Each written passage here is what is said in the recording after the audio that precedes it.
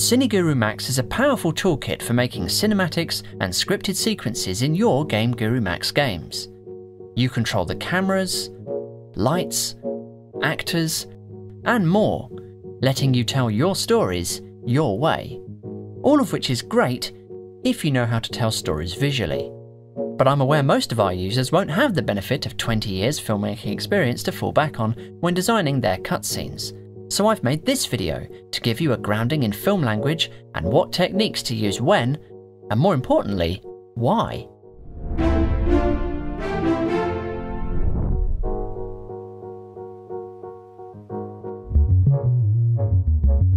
Games are a very different medium to films, yet when it comes to cinematics, the language is often the same. Cinematics are made up of a series of shots, each revealing a new piece of information to the player. This could be as basic as showing a door has opened somewhere in the level, or as complex as revealing the emotional state of our characters. Decide what information you want to reveal to the player, as that'll dictate what action needs to happen in your sequence and could inform where you should place your cameras.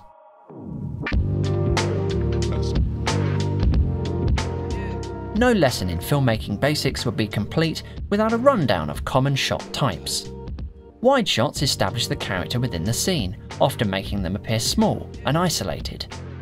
Long shots can help establish the spatial relationships between the characters. Mid shots and medium close-ups make it clear who our attention should be on, but having other characters in the frame can imply a relationship, or a distance.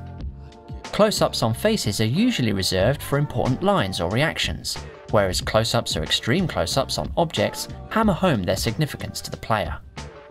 The focal length or field of view is very important here too. These two shots are both medium close-ups, but with a very different feel. A short focal length reveals more of the environment, but means placing your camera closer to the subject. The distortion this creates can symbolize anxiety, illness, and loss of control. Place the camera further back and use a longer focal length if you want to compress the background, focusing attention on the subject and reducing distortion.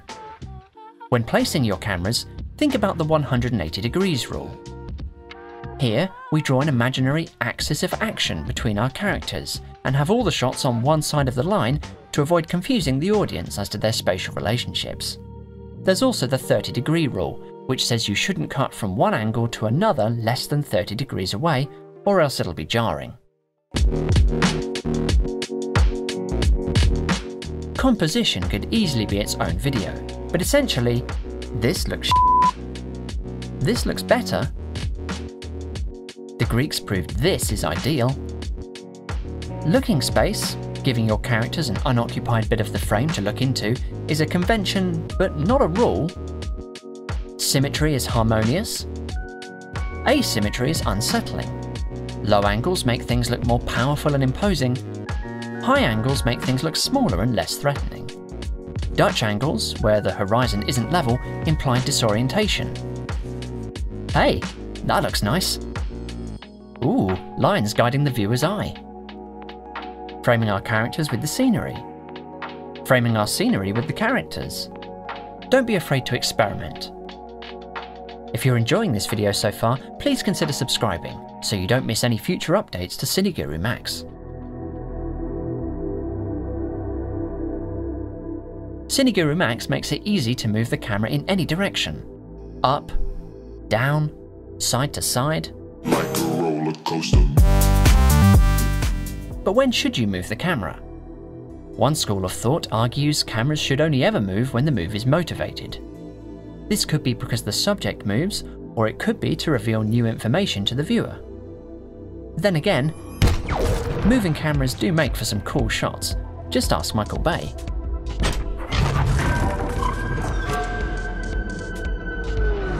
So do they always have to be motivated? Of course not, that's entirely up to you.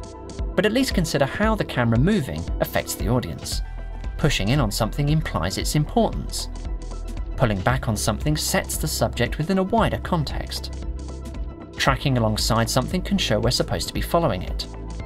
Moving the camera around a subject is a difficult shot to achieve in real life, so tends to be used very sparingly. But because it's so easy to achieve digitally, it often draws attention to the fact that you're looking at a digital environment. Shots like this are great for establishing geography and making us focus on characters, but also look very video gamey, if that's even a word. If your camera moves smoothly, it can imply freedom, finesse, fantasy. If your camera shakes, like in handheld shots, it can look more grounded. Or it can imply that we're seeing a character's point of view.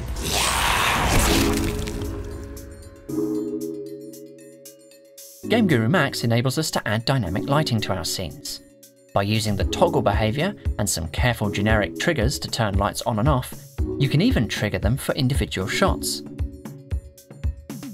The standard lighting setup in film and TV is called 3-point lighting. The first light, our key, lights up our subject's face.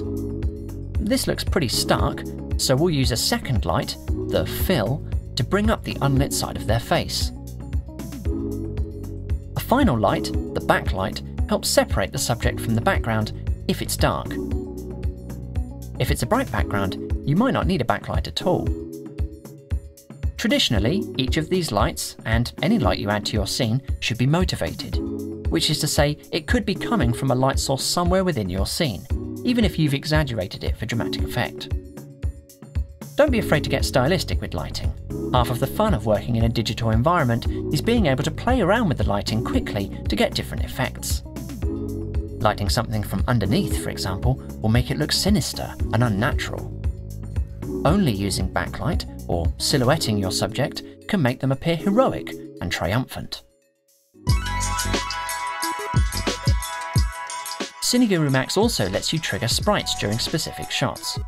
Try to ensure any critical information shown on your sprites contrasts with the background, or else it won't be readable.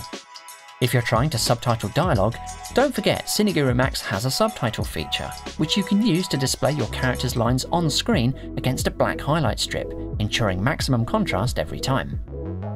Use sound triggers to add sound effects to help bring your story to life. And our rolling credits trigger can be a nice way to end your game.